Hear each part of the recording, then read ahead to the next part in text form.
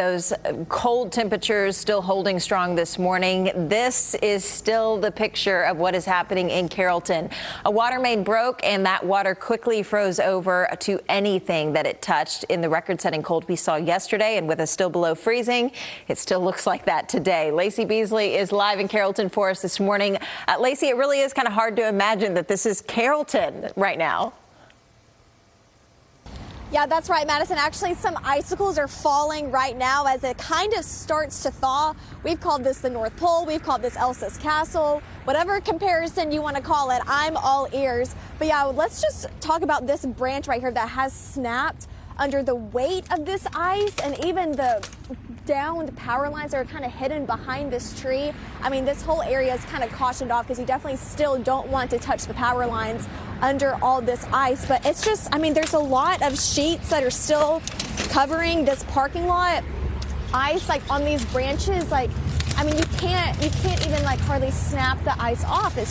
I mean, look at this. This is really, really thick ice still. We're expecting this to hopefully thaw today, but even then there's really not much that crews can do until this ice begins to melt. I know it's been impacting businesses in this area. There's been United Access, which is a wheelchair accessible business. They were not able to operate yesterday since their vans were frozen over. A little surreal, like it's just actually happening right in front of our business, but I guess accidents happen. It was kind of cool looking at this morning until the bulldozers got here, but otherwise it was really pretty. It is a pretty sight. I mean, you definitely don't see that in North Texas at all, but this is the reason why United Access was closed yesterday. Their vans are frozen over, a sheet of ice over the headlights. This is a wheelchair accessible business, so they rely on their vans to operate, and even some of the door handles have been frosted over, the windshields, the tires.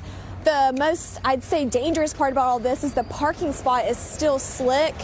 And really, like, that is thick ice. It's not even breaking under the stomps. So it's definitely been impacting businesses. We're going to be keeping an eye on this throughout the rest of the day as crews come out and hopefully try to do what they can today. But really, it just comes down to when all of this thaws out. Madison. So hopefully, as Brittany said, around noon, 2 o'clock today, those icicles finally start to melt and dissipate.